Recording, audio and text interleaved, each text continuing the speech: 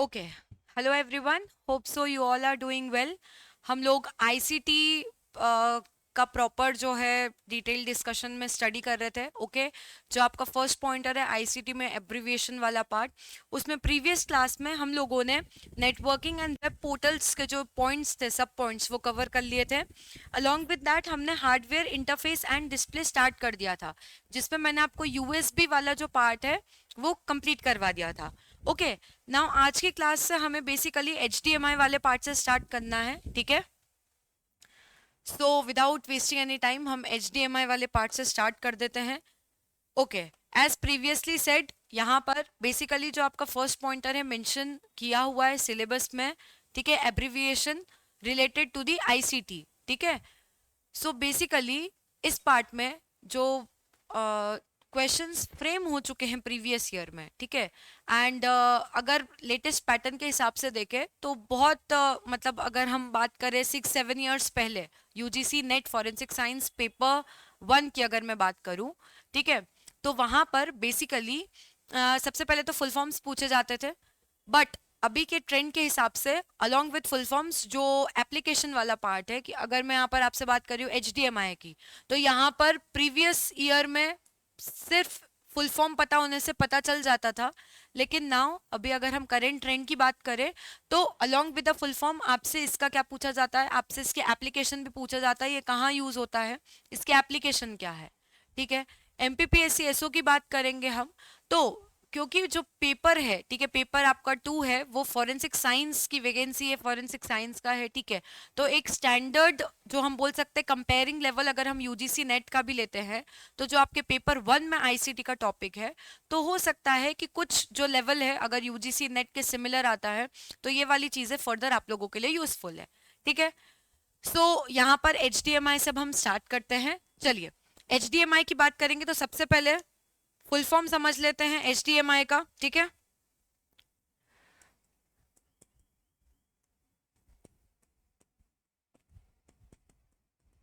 हाय definition, multimedia interface, multimedia interface, ठीक है। High definition multimedia interface इसका फुल फॉर्म हो गया। नाउ अब हम इसके यूज की बात कर लेते हैं।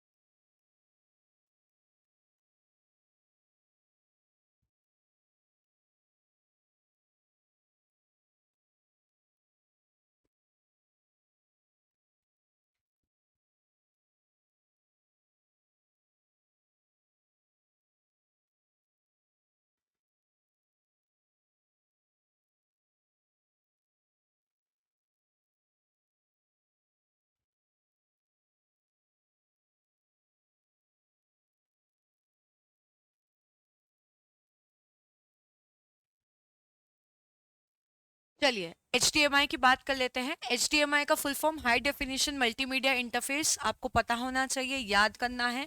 सेकेंडली, HDMI की एप्लीकेशन की बात करें या यूज की बात करें तो ये एक प्रोप्रिएटरी इंटरफेस है। अच्छा, प्रोप्रिएटरी का मतलब अगर हम इसे चेंज करना चाहें एक सिंपल वर्ड से तो हम एक्सक्लूसिव भी यूज कर सकते हैं, ठीक है। HDMI एक्सक्लूसिव इंटरफेस है for transmitting uncompressed video and audio, ठीक है। अब यहाँ पर जो कीवर्ड है आपका, यहाँ पर अगर एग्जामिनर इसे थोड़ा सा डिफिकल्ट बना के पूछना चाहेगा, यहाँ पर जो टर्मिनोलॉजी है जो चेंज होगी, दैट विल बी ईदर जो फाइल है आपकी ऑडियो या वीडियो वो कंप्रेस्ड है या नहीं है। तो यहाँ पर जो की पॉइंट है जिसपे क्वेश्चन या तो स्टेटमेंट गलत हो सकता है या करेक्ट फ्रेम हो सकता है, that will be the compressed file और अनकंप्रेस्ड फाइल। तो यहाँ पर HDMI एक्सक्लूसिवली जो है वो क्या ट्रांसमिट करने में हेल्प करता है, uncompressed video and audio file को ट्रांसमिट करने में यूजफुल है। ठीक है, यहाँ पर इस वर्ड पे आप स्टार मार्क बनाकर नोट कर सकते हैं, ये गलत नहीं होना चाहिए। ठीक है, अगर यहीं पर कंप्रेस्ड फाइल आ गया तो then HDMI will not support this. ठीक है, फिलहाल के लिए ये अनकंप्रेस्ड वर्ड का जो वर्ड है इसे स्टार मार्क बना के मेंशन कर लीजिए नोट्स में। ठीक है, नाउ HDMI के बाद जो नेक्स्ट पॉइंट है जो हमें देखना था, that is the difference between GUI and CLI।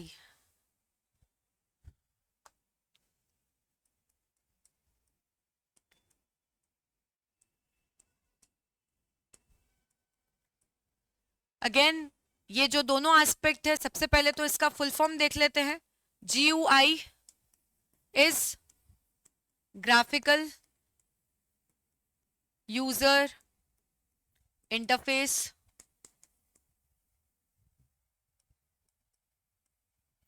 ठीक है, GUI is graphical user interface. And then उसके बाद हम बात करें CLI की, तो CLI क्या है?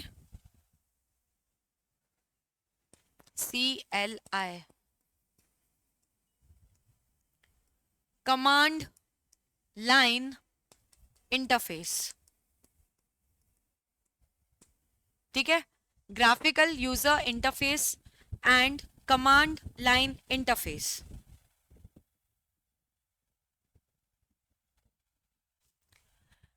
ये इन दोनों के फुल फॉर्म हो गए। फर्दर अगर हम यहां पर इनके डिवीजन की बात करें, ओके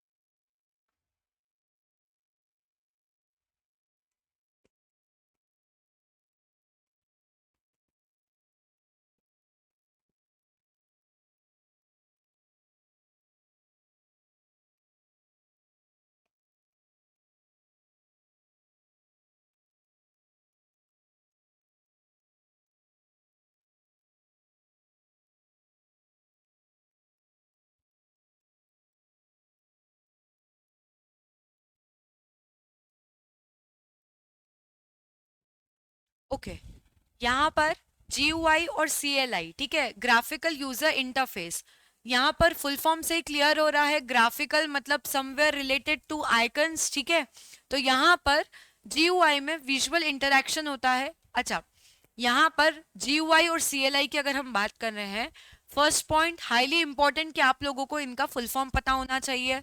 ठीक है, फुल फॉर्म पता पड़ गया। सेकेंड चीज कि यहाँ पर अगर ग्राफिकल यूजर इंटरफेस है तो ग्राफिकल यूजर इंटरफेस की अगर हम बात करेंगे तो कुछ विजुअल इंटरेक्शन मतलब बेसिकली आइकन्स का यूज होता है। ठीक है, ये इंपॉर्टेंट हो गया कि विजुअल इंटरफेस इंटरेक्शन होता है, विजुअल इंटरेक्शन या फिर आइकन्स का यूज होना या फिर कुछ पर्टिकुलरली डायग्रामेटिक रिप्रेजेंटेशन होता है किसमें, ग्राफिकल यूजर इंटरफेस में।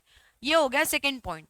थर्ड जो कि हाईली इंपॉर्टेंट है, दैट इज द एग्जाम्पल। ठीक है, विंडोज, आइकन्स, मेन्यूज, पॉइंटर्स, ये सब किसके टाइप से, फर्दर ग्राफिकल यूजर इंटरफेस के। ठीक है, यहाँ पर अगर कुछ क्वेश्चन बनता है, ठीक है, और अगर आता है कि विंडोज, आइकन्स, मेन्यूज, पॉइंटर्स ये ग्राफिकल यूजर इंटरफेस को रिप्रेजेंट करते हैं या कमांड लाइन इंटरफेस को, तो यस ये ग्राफिकल यूजर इंटरफेस को क्या करते हैं, रिप्रेजेंट करते हैं। यहाँ पर इसके जो एग्जाम्पल्स हो जाएंगे, वाया ग्राफिकल यूजर इंटरफेस किसके थ्रू शो होते हैं, तो वाया विंडोज, आइकन्स, मेन्यूज या पॉइंटर्स के फॉर्म में शो होते हैं। ठीक है, यहाँ पर कमांड लाइन इंटरफेस है, ये टेक्स्ट बेस्ड कमांड होते हैं। ठीक है, फर्दर बस इसके ये 4 एग्जाम्पल है जो आपको एक्स्ट्रा में याद रखने हैं कि ग्राफिकल यूजर इंटरफेस किसके थ्रू बोलते हैं ना कि एक्सप्रेस होते हैं। ठीक है, तो via Windows icons menus and pointer. Command line interface text based command होते हैं, ये आपको याद रखना है।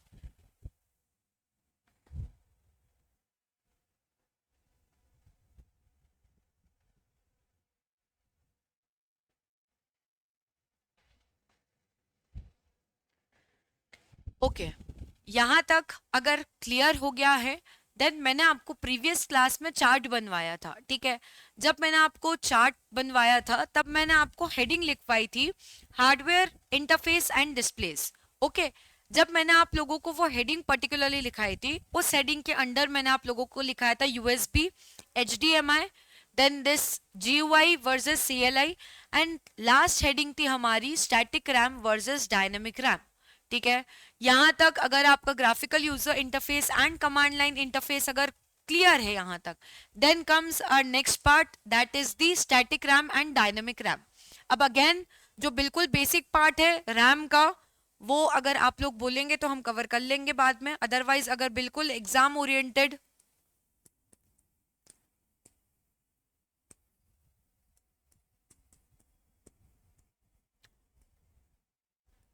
थोड़ा सा अगर हम बिल्कुल एक बहुत बेसिक पॉइंटर को हटा के RAM, random access memory, then ये प्राइमरी मेमोरी होती है, थोड़ा सा इस एस्पेक्ट को अगर हम साइड करें, देन स्टैटिक रैम और डायनेमिक रैम के की पॉइंटर्स जो कि एग्जाम में मल्टीपल टाइम्स पूछे जाते हैं, ठीक है, डायरेक्टली स्टेटमेंट बनते हैं स्टैटिक रैम और डायनेमिक रैम के, और उसमें पूछा जाता है कि इनमें से कौन सा पॉइंटर करेक्ट है या फिर इनकरेक्ट है regarding both static and dynamic के बारे में।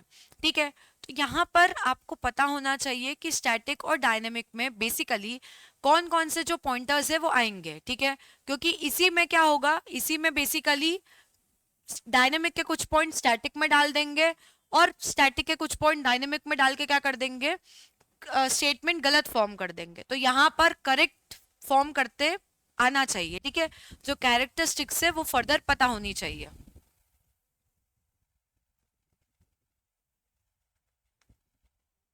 ओके, स्टैटिक रैम और डायनेमिक रैम, तो सबसे पहले तो again full form,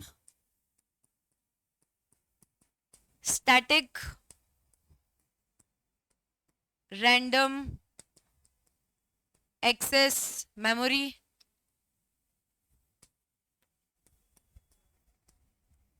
dynamic random access memory. ठीक है, फर्स्ट पॉइंट तो ये हो गया। नाउ सेकेंड पॉइंट कैरेक्टरिस्टिक्स देख लेते हैं।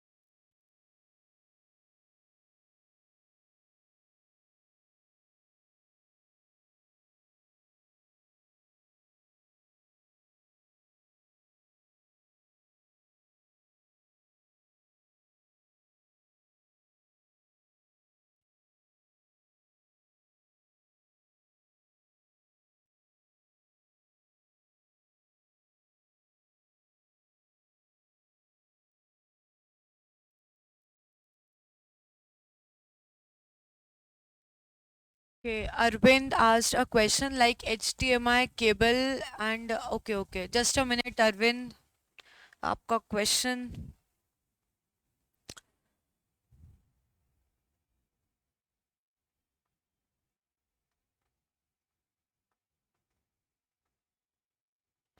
मैम GUI का यूज़ क्या हम जब ग्राफिकल कॉर्ड का यूज़ करते हैं कंप्यूटर में, तो जो दोनों के लिंक करने के लिए यूज़ करते हैं उसे बोल रहे हैं क्या आप? Yes yes yes. हाँ अरविंद, HDMI केबल और बेसिकली हार्ड ड्राइव केबल, हाँ ये उसी की बात चल रही है। ठीक है, जब कंप्यूटर का पूरा सेटअप होता है, अगर हम PC की बात करें स्पेसिफिकली, तो यस एक HDMI केबल केबल होती है। तो HDMI केबल जो रहती है वो बेसिकली वीडियो और जो हमने पढ़ा अभी, ठीक है, ऑडियो वीडियो फाइल्स, उनको सपोर्ट करने में हेल्प करती है। एंड सेकेंडली अभी हमने पढ़ा यहाँ पर GUI, तो यस ग्राफिकल यूजर इंटरफेस, यहाँ पर आप केबल की बात कर रहे हैं, ठीक है, हार्ड ड्राइव केबल, तो यस वो सब सपोर्ट करते हैं, इसीलिए हमें वहां पर कंप्यूटर सेटअप में इन पर्टिकुलर केबल का यूज करना पड़ता है। तो हाँ, ये जो केबल है ये उस नेटवर्क को बेसिकली क्या बोलते हैं, वहां मॉनिटर तक रीच करने पे, CPU से मॉनिटर रीच करने में हेल्प आउट करती है। ठीक है, बट मॉनिटर पे जब डिस्प्ले होगा, ठीक है, मॉनिटर पे डिस्प्ले कब होगा, जब CPU प्रोसेस करेगा। ओके, तो CPU प्रोसेस करके उसको सपोर्ट करके जो सिग्नल है बेसिकली मॉनिटर तक डिस्प्ले होने में वो ये केबल हेल्प करती है। ओके,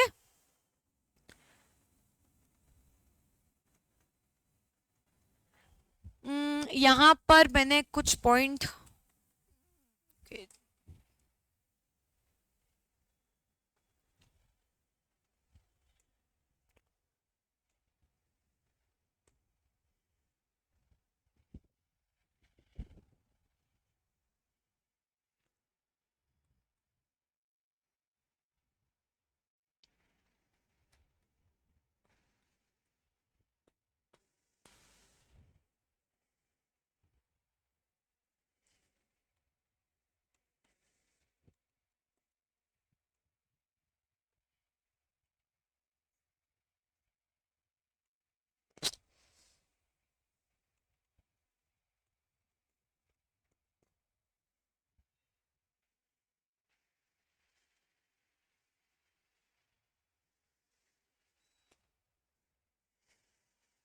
थोड़े से पॉइंट इधर उधर हो गए। Okay, well I explain, I tell कि कौन सा पॉइंट किसके रिगार्डिंग है। चलिए,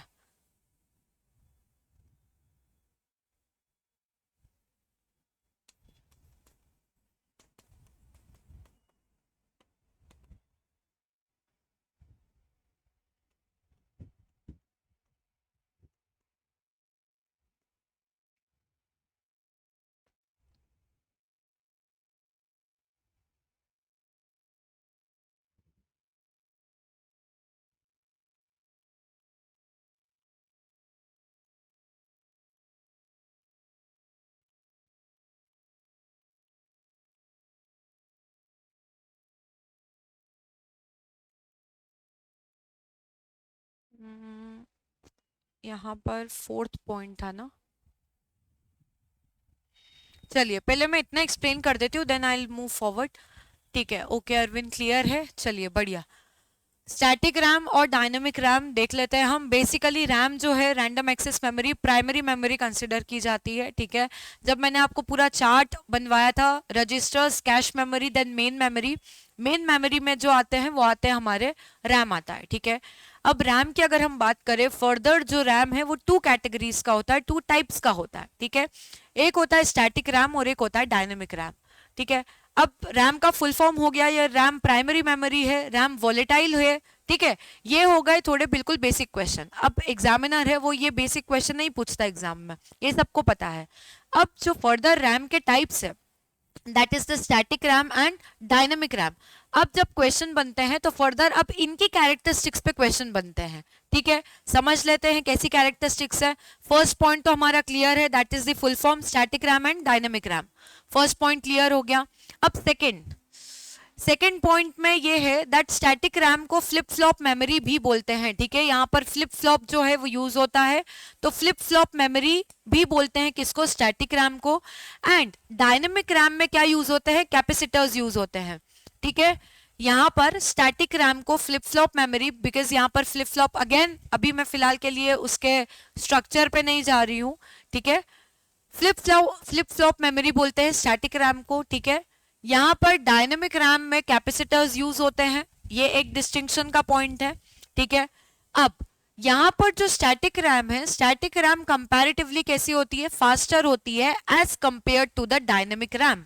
ठीक है, अगर स्पीड की बात करें तो स्पीड में static RAM is more faster than dynamic RAM, ये आपको पता होना चाहिए। ठीक है, तो यहां पर मैंने लिखा है फास्टर, यहां पर मैंने लिखा है कंपैरेटिवली लेस फास्टर। ठीक है, डायनेमिक रैम भी अपने आप में फास्ट ही रहेगी, बट अगर दोनों का कंपैरिजन करें तो static RAM is more faster than the dynamic RAM.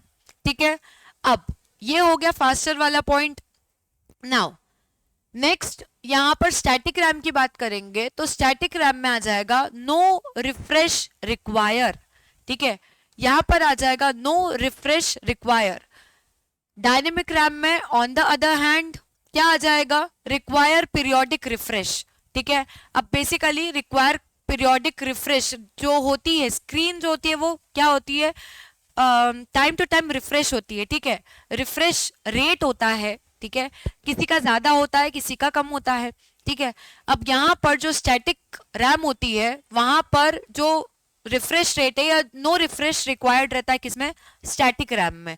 लेकिन जो डायनेमिक रैम है, dynamic RAM requires periodic refresh. ठीक है, अब क्योंकि ये रिफ्रेश की प्रोसेस होती है किसमें, डायनेमिक रैम की होती है किसमें, रिफ्रेश की प्रोसेस। ठीक है, जो स्क्रीन होती है, जो आउटपुट होता है वो बार बार क्या होता है, रिफ्रेश होता है। ठीक है, अब यहां पर बेसिकली यहां पर अगर पीरियोडिक रिफ्रेश होता रहेगा किसमें, डायनेमिक रैम पर, तो क्योंकि यहां पर पीरियोडिक रिफ्रेश होता है इसलिए यहां पर क्या रिक्वायर होता है, मोर पावर रिक्वायर होता है। मोर पावर मतलब मोर इलेक्ट्रिसिटी कंजम्पशन। ठीक है, पीरियोडिक रिफ्रेश हो रहा है क्योंकि यहाँ पर किसमें, डायनेमिक रैम में, इसलिए यहाँ पर क्या होता है, मोर पावर रिक्वायर्ड। इसलिए मैंने इस पॉइंट का रेफरेंस यहाँ पर दिया है कि रीजन क्या है कि डायनेमिक रैम ज्यादा पावर, ज्यादा इलेक्ट्रिसिटी कंज्यूम करती है। ठीक है, तो क्यों करती है, क्योंकि ये पीरियोडिकली क्या करता है, खुद को रिफ्रेश करता है। On the other hand static RAM को खुद को रिफ्रेश नहीं करना पड़ता है। ये पॉइंट क्लियर है, इसलिए यहां पर क्या लिखा है मैंने, no refresh require in the static RAM and इसी का related point that uses less power. ठीक है, अब यहां पर क्योंकि रिफ्रेश रिक्वायर्ड नहीं है दैट्स वाई यहां पर क्या हो रहा है, लेस पावर कंज्यूम हो रहा है। On the other hand dynamic RAM में इट रिक्वायर्स पीरियोडिक रिफ्रेश। ठीक है, that's why it requires more power consumption. ठीक है, नेक्स्ट पॉइंट सेकंड हो गया फ्लिप फ्लॉप वाला, फास्टर हो गया। रिफ्रेश रेट अपन ने देख लिया, रिफ्रेश के बाद ये भी देख लिया कि यहां पर पावर कंजम्पशन कैसा है, लेस है कि मोर है। नेक्स्ट आता है आपका कि स्टैटिक रैम और डायनेमिक रैम यूज कहां पर हो रही है। ठीक है, देख लेते हैं। बेसिकली जो स्टैटिक रैम है, स्टैटिक रैम जो कंपोनेंट है एज अ कंपोनेंट वो कैश मेमोरी में यूज होती है।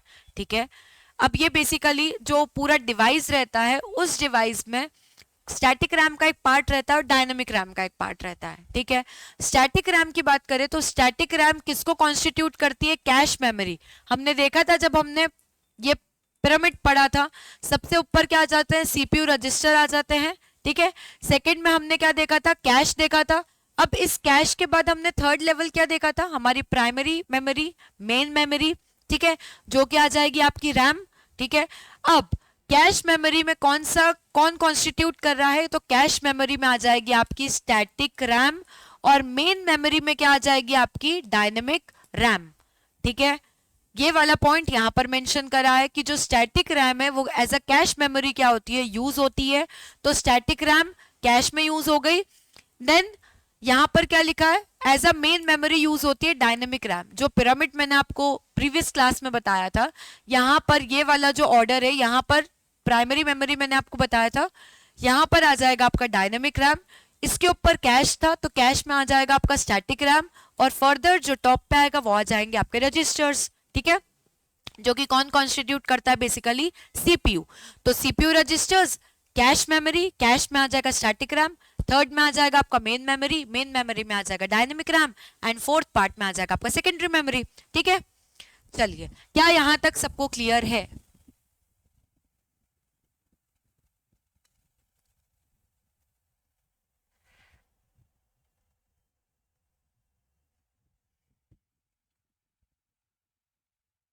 ओके, क्लास बता दीजिए इतने डिफरेंस के पॉइंट क्लियर है तो हमें कुछ और डिफरेंस के पॉइंट भी देखने हैं, फिर हम आगे बढ़ते हैं।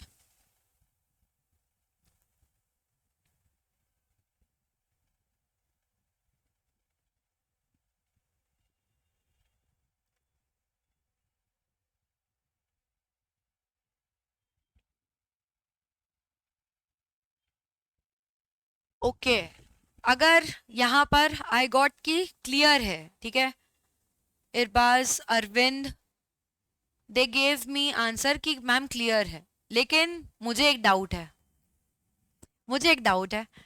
डाउट ये है, मैंने अगर आप लोगों को ये बोला इस पूरी स्लाइड में अगर किसी को कुछ डाउट है, अमित का भी आया रिस्पॉन्स क्लियर है, चलिए ठीक है। जिसने मुझे बोला है कि आप लोगों को सब क्लियर है तो मेरे क्वेश्चन का आंसर देंगे आप लोग। मुझे ये बताइए, मेरा डाउट है, मुझे बताइए दैट यहाँ पर अगर मैं बोल रही हूँ कि यहाँ पर स्टैटिक रैम में नो रिफ्रेश रिक्वायर्ड है और यहाँ पर डायनेमिक रैम में पीरियोडिक रिफ्रेश रिक्वायर्ड है, ठीक है, ये जो फोर्थ पॉइंट है, तो यहाँ पर नो रिफ्रेश रिक्वायर्ड और यहाँ पर पीरियोडिक, डायनेमिक रैम में पीरियोडिक रिफ्रेश रिक्वायर्ड, इसका क्या मतलब है? क्यों रिक्वायर्ड नहीं है स्टैटिक रैम में रिफ्रेशिंग रेट, या फिर कोई भी रिफ्रेश प्रोसेस यहाँ स्टैटिक रैम में क्यों रिक्वायर्ड नहीं है, या फिर यहाँ पर पीरियोडिक रिफ्रेश डायनेमिक रैम में क्यों हो रही है? बताइए। सब क्लियर है, आप लोगों को डाउट नहीं है तो बताइए।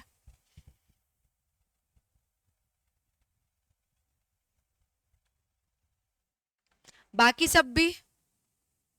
चलिए, इन लोगों ने तो रिस्पॉन्स दिया, that means they are attentive. बाकी सब क्या कर रहे हैं? गौरव, अर्चना, दीपिका, बताइए।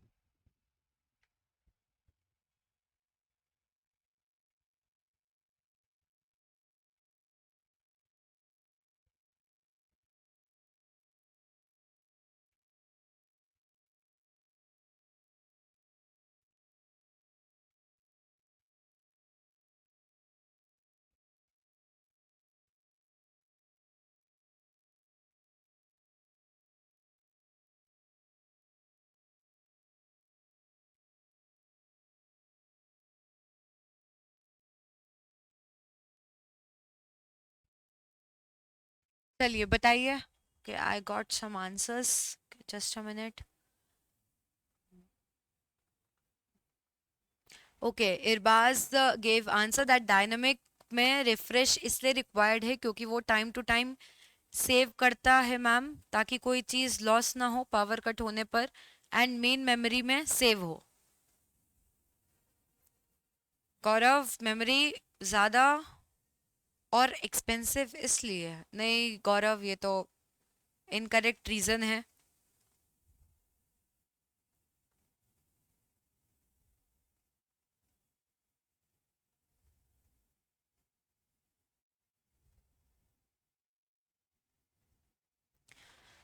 चलिए ठीक है, समझ लेते हैं बेसिकली यहाँ पर कि यहाँ पर जो आप लोगों ने रिस्पॉन्स दिया है, refreshing requirement basically S RAM और डी रैम की अगर हम बात करते हैं तो क्यों रिक्वायर्ड है और क्यों रिक्वायर्ड नहीं है, ठीक है।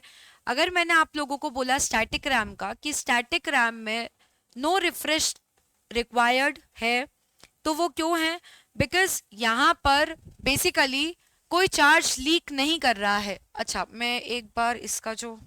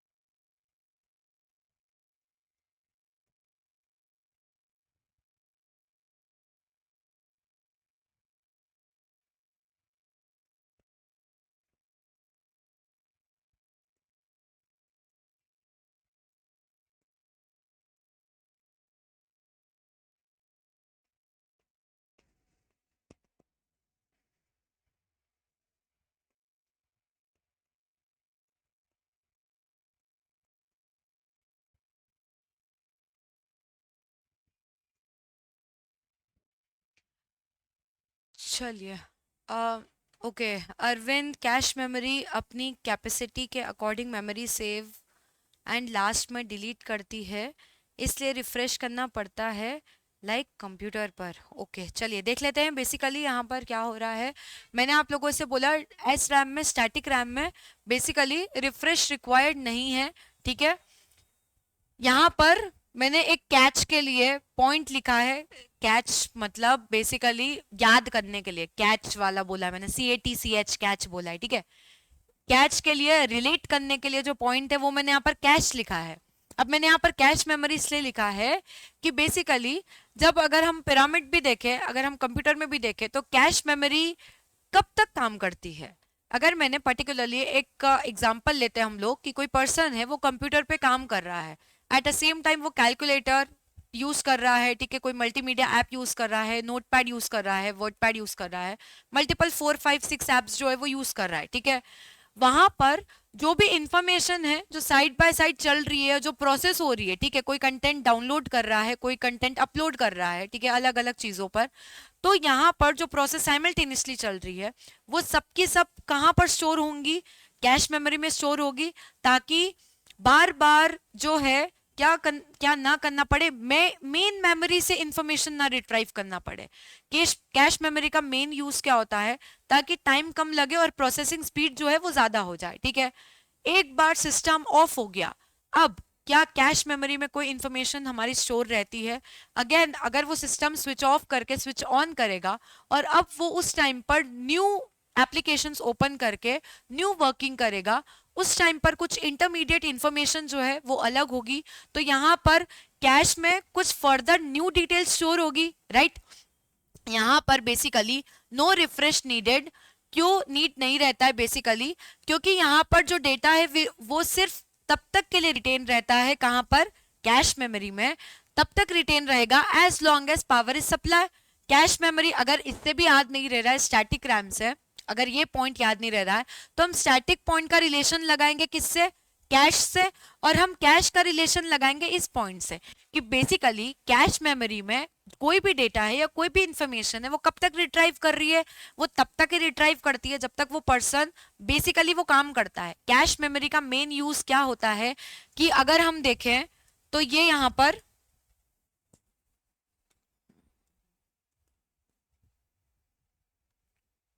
मेन मेमोरी है, ठीक है, मेन मेमोरी। और अगर हम बात करें यहां पर सीपीयू का, ठीक है, तो बार बार सीपीयू को मेन मेमोरी तक जाकर और फिर इंफॉर्मेशन रिट्राइव ना करना पड़े। क्यों? क्योंकि उसमें क्या लगेगा, टाइम ज्यादा लगेगा। तो बीच में कौन काम आता है, कैश मेमोरी काम आती है। कैश का मेमोरी क्या काम करती है, कैश मेमोरी वो इंटरमीडिएट इंफॉर्मेशन स्टोर करके रखती है जो कि सीपीयू को एट अ टाइम चाहिए, क्योंकि वो पर्सन उसी टाइम पर क्या कर रहा है, मल्टीपल एप्स पे काम कर रहा है, ठीक है।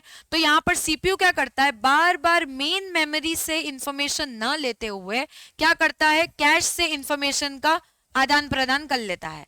अब यहाँ पर अगर हम वर्ड की डिस्टेंस की भी बात कर लेते हैं, तो कैश सीपीयू के पास में है, तो यहाँ पास पास में क्या होगा, इंफॉर्मेशन इजीली फास्ट वे में क्या करेगी, ट्रैवल करेगी।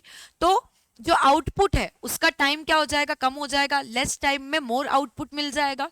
अगर सीपीयू बार बार मेन मेमोरी से इंफॉर्मेशन रिट्राइव करेगा तो क्या होगा, टाइम ज्यादा लगेगा, आउटपुट का जो रेट है वो कैसा हो जाएगा, कम हो जाएगा। तो कंप्यूटर सिस्टम को एफिशिएंट बनाने के लिए, आउटपुट को जल्दी प्रोड्यूस करने के लिए कैश मेमोरी काम आती है, ठीक है। अब यहाँ पर जब मैंने आप लोगों को एग्जांपल बता दिया है यहाँ पर दैट स्टैटिक रैम में हमारा कैश मेमोरी यूज होती है, तो यहाँ पर कैश मेमोरी में कब तक रहेगी इंफॉर्मेशन, जब तक कि वो सिस्टम ऑन है, ठीक है। retains data as long as power is supplied, that's why यहाँ पर रिफ्रेशिंग की रिक्वायरमेंट नहीं होती है। ऑन द अदर हैंड अगर हम बात करते हैं डायनेमिक रैम की, तो डायनेमिक रैम में क्या होता है, नीड्स कांस्टेंट रिफ्रेशिंग, ठीक है, ये मेन मेमोरी कॉन्स्टिट्यूट कर रहा है, ठीक है। यहाँ पर क्या हो रहा है, needs constant refreshing thousands of times पर सेकेंड, ठीक है, थाउजेंड्स ऑफ टाइम पर सेकेंड, ठीक है। अब ये क्यों रिक्वायर्ड है बेसिकली, क्योंकि यहां पर जब मैंने आपको मेन डिफरेंस लिखवाया था, मैंने आपको ये बताया था that dynamic RAM uses capacitor. अच्छा, अब ये डायनेमिक रैम यूजेस कैपेसिटर, इसका मतलब बेसिकली ये है कि डायनेमिक रैम जो है वो बिल्कुल बेसिक लैंग्वेज में अगर हम समझें तो एक अगर बकेट है तो उस बकेट में क्या है, होल है। अब क्या होगा, जो बकेट होल वाली बकेट है बेसिकली वो हमारा कैपेसिटर है। कैपेसिटर क्या करता है, कंटिन्यूअसली जो है वो चार्ज को क्या करता है, लीक करता है। अगर एक बकेट है और उस बकेट में कोई होल है, अगर उसमें हम पानी भरेंगे, ठीक है, चार्ज देंगे कैपेसिटर को, तो क्या होगा, यहाँ पर अगर धीरे धीरे धीरे वो बकेट से पानी है जो वो फ्लो करता जा रहा है, फ्लो करता जा रहा है, तो क्या होगा, इसमें क्या होगा, हमको कंटिन्यूअसली उसमें क्या करना पड़ेगा, पानी फिल करना पड़ेगा।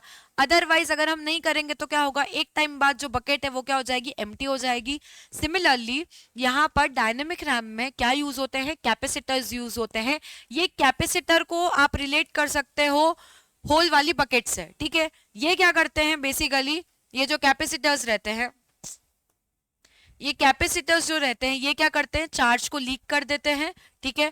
चार्ज को लीक कर देते हैं तो इनको कांस्टेंट चार्ज का क्या है, सप्लाई रिक्वायरमेंट रहता है, ठीक है। दैट्स व्हाई वो कांस्टेंट चार्ज का जो सप्लाई है दैट इज द रिफ्रेशिंग। आया समझ में? मेन रीजन ये है कि डायनेमिक रैम में कैपेसिटर्स का यूज होता है, एंड बिकॉज डायनेमिक रैम में कैपेसिटर्स का यूज होता है और कैपेसिटर जो है वो क्या करते हैं, चार्ज को लीक कर देते हैं। तो एक टाइम बाद अगर हम रिफ्रेश नहीं करेंगे तो क्या होगा, बकेट में तो होल है तो क्या होगा, पानी तो एक टाइम बाद क्या हो जाएगा, एम्प्टी हो जाएगा, बकेट एम्प्टी हो जाएगी। वैसे ही जो कैपेसिटर है उसमें चार्ज नहीं बचेगा, नॉन फंक्शनल हो जाएगा, ठीक है। फंक्शनल बनाए रखने के लिए क्या होता है, कॉन्स्टेंटली इसकी रिफ्रेशिंग होती रहती है। रिफ्रेश करने से क्या होता है, यहाँ पर जो कैपेसिटर है जो चार्ज को लीक कर रहा है वो क्या होता है, बार बार रिचार्ज होता रहता है। तो डायनेमिक रैम जो है वो प्रॉपरली फंक्शन करती है। अंडू, चलिए, तो क्या अब दोनों में क्लियर है? और क्योंकि बार बार यहाँ पर रीफिलिंग ऑफ बकेट मतलब रीफिलिंग ऑफ चार्ज करना पड़ रहा है, ठीक है, क्योंकि ये क्या कर रहा है, चार्ज को लीक कर रहा है। अब यहाँ पर क्या करना पड़ रहा है, चार्ज को रिफिल करना पड़ रहा है। दैट्स वाई डायनेमिक रैम क्या करती है, मोर पावर कंज्यूम करती है, ठीक है। अभी जो मैंने आप लोगों को पॉइंट बताया था, अच्छा देख लेते हैं। यस, ये रहा हमारा डायनेमिक रैम क्या करती है, dynamic RAM consumes more power, ठीक है। क्यों मोर पावर रिक्वायर है, क्योंकि यहाँ पर पीरियोडिक रिफ्रेश रिक्वायर्ड है। क्यों पीरियोडिक रिफ्रेशमेंट रिक्वायर्ड है, क्योंकि डायनेमिक रैम कैपेसिटर को यूज करता है। अब डायनेमिक रैम कैपेसिटर को यूज करता है और कैपेसिटर का काम करता है, कैपेसिटर चार्ज को लीक करने का काम करता है। क्या सारे पॉइंट्स एक दूसरे से लिंकिंग बैठ गई सबको, कि अभी भी कुछ डाउट है तो पूछ लीजिए। अदरवाइज मैंने सिंपलेस्ट लैंग्वेज में आई थिंक आप लोगों को बता दिया है अलोंग विद द रीजन कि यहाँ पर पीरियोडिक रिफ्रेश क्यों रिक्वायर्ड है, यहाँ पर क्यों रिक्वायर्ड नहीं है। क्या यहाँ तक सबको क्लियर है? यस गौरव, इसलिए यहाँ पर ज्यादा पावर रिक्वायर्ड होती है। यस, चलिए बाकी सभी बता दीजिए, यहाँ तक क्लियर है सबको? प्राची, इरबाज, अमित, अर्चना, गौरव, अरविंद, ओके। अरे बी अटेंटिव।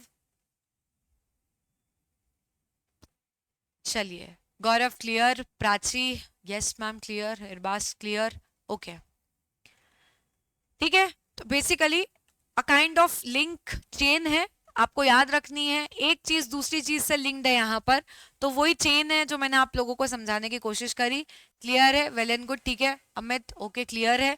यहाँ पर ये चीज याद रखनी है क्योंकि एग्जाम में जिस टाइप से जो डिफिकल्टी लेवल है, ओके अरविंद क्लियर है, चलिए बढ़िया। जिस टाइप से एग्जाम में डिफिकल्टी लेवल बढ़ रहा है, तो यहाँ पर अगर आपसे इस टाइप का कुछ क्वेश्चन बनता है, ठीक है, रैम पर भी, तो अगर हम सबसे डिफिकल्ट क्वेश्चन की प्रिपरेशन कर लेंगे तो आई थिंक हम सिंपल वाला क्वेश्चन तो अच्छे से अटेम्प्ट कर ही लेंगे, ठीक है। तो यहाँ पर आपको पता होना चाहिए कि डायनेमिक रैम में अगर पीरियोडिक रिफ्रेश हो रहा है तो क्यों हो रहा है, किस रीजन से हो रहा है। तो कैपेसिटर का रिलेशन चार्ज लीक से है। अच्छा, जब आप नोट बनाओगे तो नोट में यहाँ पर ब्रैकेट में आप लिख भी सकते हो कैपेसिटर्स के आगे दैट इट लीक्स चार्ज, ठीक है, चार्ज को लीक करता है ये, ठीक है, ताकि रीजन याद रहे, ठीक है। अदरवाइज वहां पे तो आप मेंशन कर ही लेना अपन ने जो अभी लिखा था यहाँ पर, ठीक है। Periodic refresh, capacitor, more power require, ये सब एक दूसरे से लिंक्ड है, ठीक है। स्पीड स्पीड इसलिए यहाँ पर कंपैरेटिवली लेस स्पीड हो जाती है, ठीक है, क्योंकि रिफ्रेश में भी क्या जा रही है, एनर्जी यहाँ पर जा रही है। चलिए आगे बढ़ते हैं, कुछ और फर्दर पॉइंट्स से स्टैटिक रैम और डायनेमिक रैम के डिफरेंस के देख लेते हैं।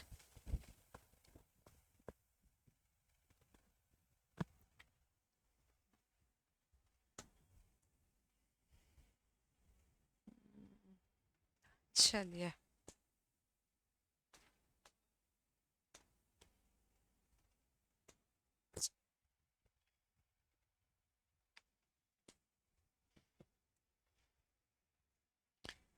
Eight point,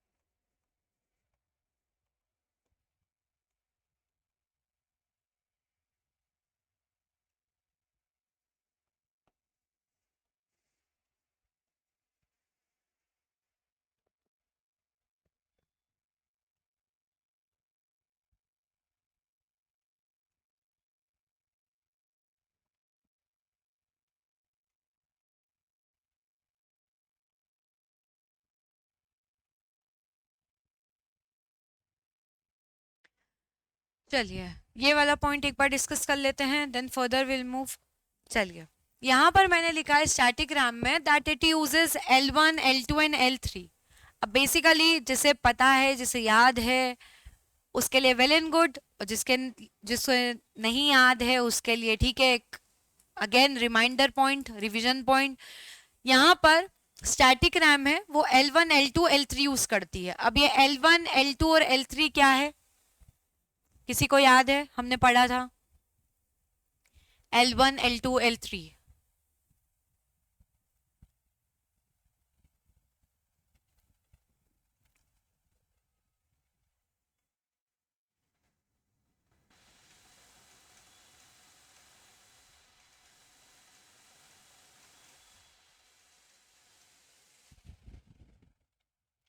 L1, L2, L3, anyone?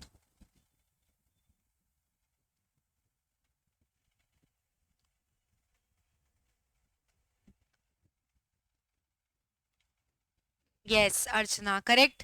L1, L2, L3 cache memory के टाइप्स है।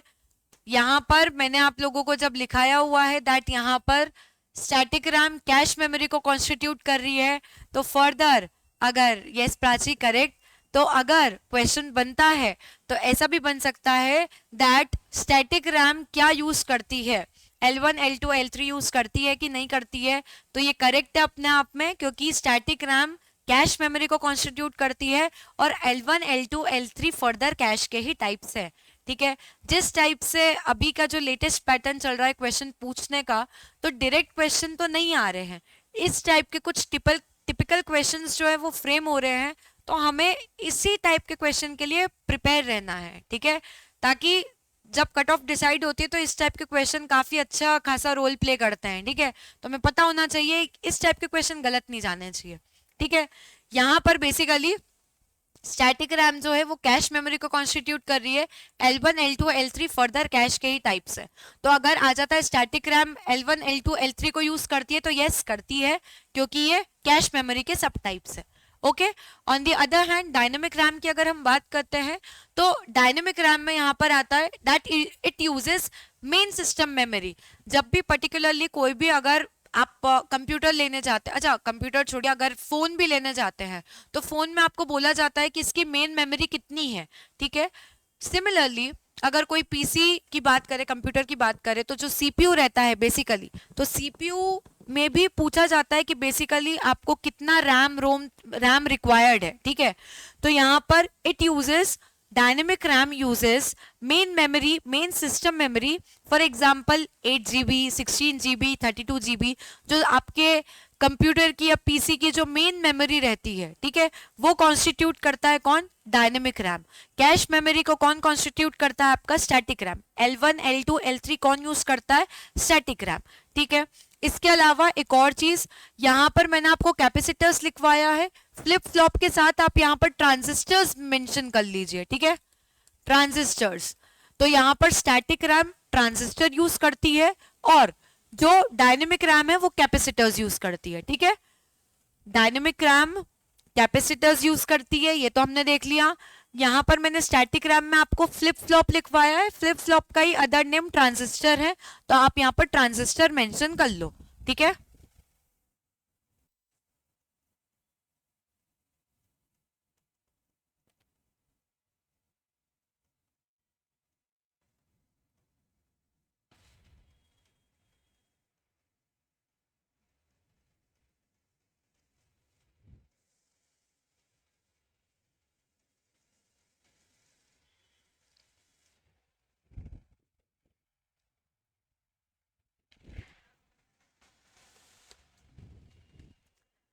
ओके क्लास, तो क्या यहां तक सबको क्लियर है?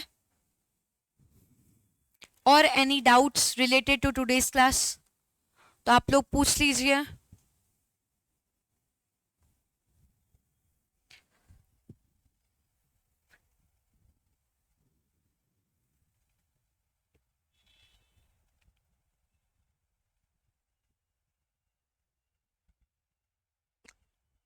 Okay Prachi, yes ma'am clear है, नो डाउट। ओके, बाकी सब भी बता दीजिए एक बार।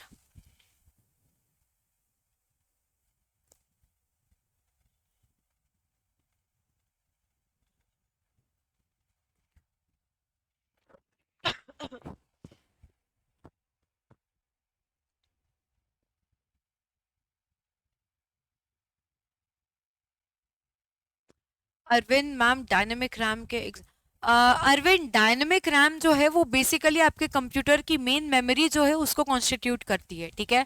अगर कोई भी पर्सन मान लीजिए अगर कंप्यूटर खरीदने जाता है, ठीक है, जैसे हम मोबाइल फोन खरीदने जाते हैं तो हम पर्टिकुलरली ये पूछते हैं कि इसका स्टोरेज कितना है, ठीक है।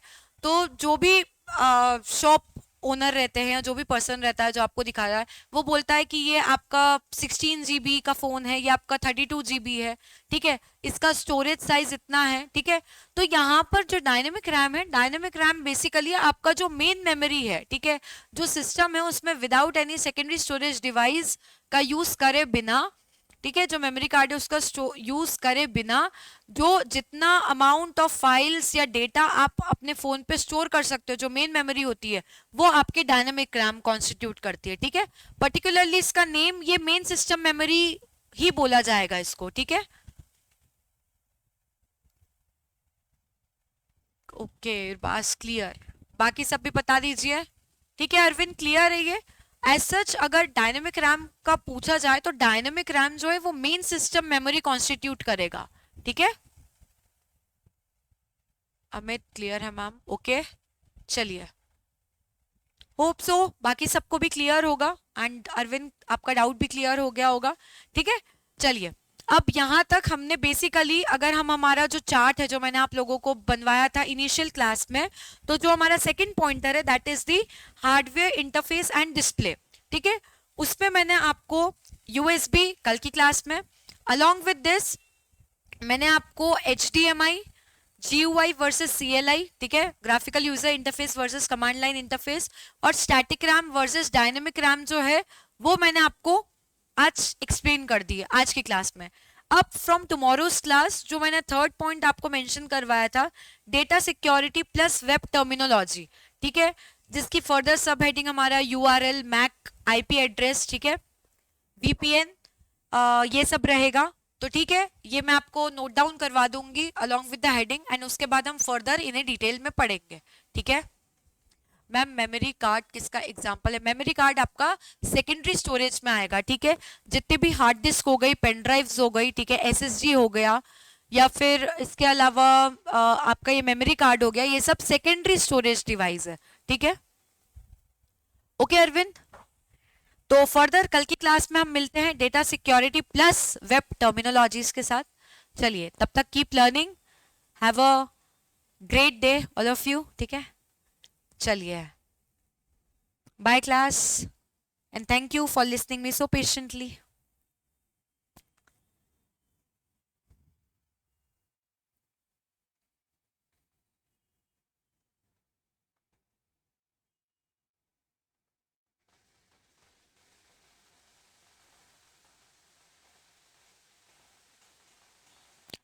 ओके, वेलकम अर्चना को ग्रुप में इन्फॉर्म कर दिया जाएगा। गौरव, नेक्स्ट क्लास कब होगी? ओके, नोटिफिकेशन दे दिया जाएगा आपको। चलिए, welcome all of you. Okay.